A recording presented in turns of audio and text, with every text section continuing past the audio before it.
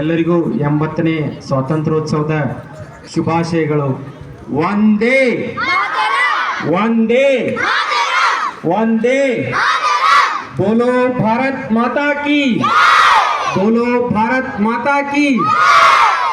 ಇಂದಿನ ಈ ಶುಭ ಗಳಿಗೆಯಲ್ಲಿ ವೇದಿಕೆಯಲ್ಲಿ ಆಸೀನರಾದ ನಮ್ಮ ಶಾಲೆಯ ಅಧ್ಯಕ್ಷರಾದ ಶ್ರೀಯುತ ನಾಗೇಂದ್ರ ಕಟ್ಕೋಳ್ ಸರ್ ಅವರೇ, ಹಾಗೂ ಕಾರ್ಯದರ್ಶಿಗಳಾದ ಸುಮನ್ ಮೇಡಮ್ ರವರೇ, ಹಾಗೂ ಎಲ್ಲ ಶಿಕ್ಷಕರೇ, ನನ್ನ ಸಹೋದ್ಯೋಗಿಗಳೇ, ಹಾಗೂ ಇಂದಿನ ಸಮಾರಂಭದಲ್ಲಿ ಹಾಜರಿರುವ ಎಲ್ಲ ಪಾಲಕರೇ ಹಾಗೂ ಮುದ್ದು ಮಕ್ಕಳೇ, ನಮ್ಮ ದೇಶಕ್ಕೆ ಸ್ವಾತಂತ್ರ್ಯ ಬಂದು 80 ವರ್ಷಗಳು ಪೂರೈಸಿದವು. ಸ್ವಾತಂತ್ರ್ಯ ತಂದು ಕೊಡುವಲ್ಲಿ ಹಲವಾರು ನಾಯಕರ ಹೋರಾಟವಿದೆ.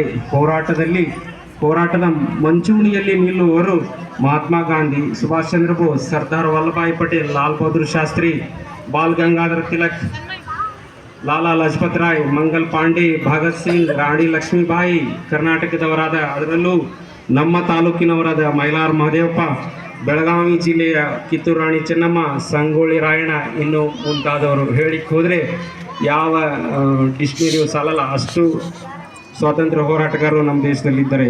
ಬ್ರಿಟಿಷರ ವಿರುದ್ಧ ಹೋರಾಡುವಾಗ ಎಲ್ಲರದ್ದು ಒಂದೇ ಉದ್ದೇಶ, ಹೇಗಾದರೂ ಮಾಡಿ ನಾವು ಬ್ರಿಟಿಷರಿಂದ ಸ್ವಾತಂತ್ರ್ಯ ಪಡೆಯಲೇಬೇಕು ಎನ್ನುವುದು.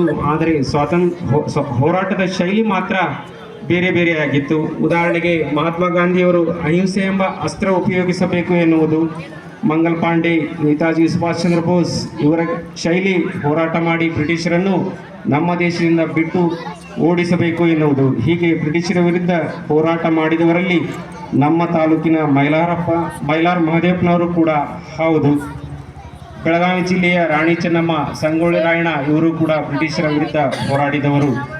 ಇವರು ಹೋರಾಡಲು ಪ್ರಮುಖ ಕಾರಣ ಒಂದು ಸ್ವಾತಂತ್ರ್ಯ ಪಡೆಯಬೇಕು ಎನ್ನುವುದು. ಮತ್ತೊಂದು, ಬ್ರಿಟಿಷರು ನಮ್ಮಿಂದ ಟ್ಯಾಕ್ಸ್ ಹಣವನ್ನು ಪಡೆದುಕೊಳ್ತಿದ್ರು.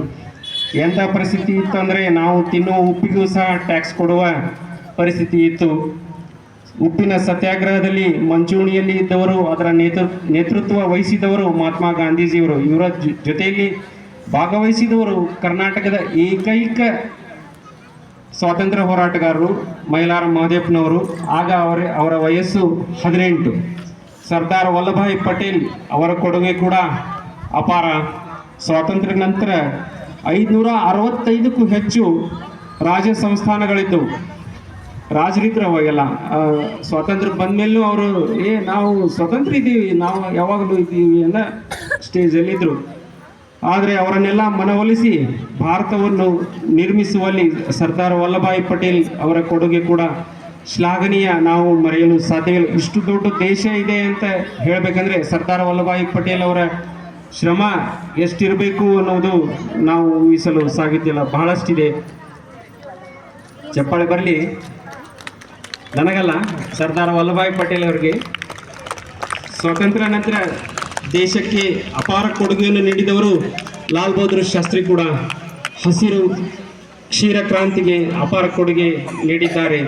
ಆಹಾರ ಮತ್ತು ಹಾಲು ಉತ್ಪಾದನೆಗೆ ಹೆಚ್ಚಿಗೆ ಮಾಡುವುದಕ್ಕೆ ಉತ್ತೇಜನ ನೀಡಿದರು. ರೈತರಿಗೆ ಮತ್ತು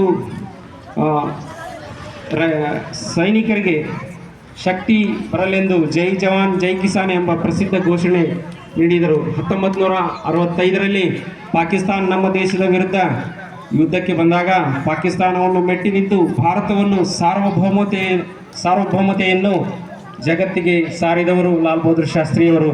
ಯುದ್ಧ ಆಗುವುದಕ್ಕೆ ಕಾರಣ ಜಮ್ಮು ಕಾಶ್ಮೀರ ನಮ್ಮದು ಎಂದು ಪಾಕಿಸ್ತಾನದವರು ನಮ್ಮ ದೇಶದ ಮೇಲೆ ಯುದ್ಧಕ್ಕೆ ಬಂದಿದ್ದರು.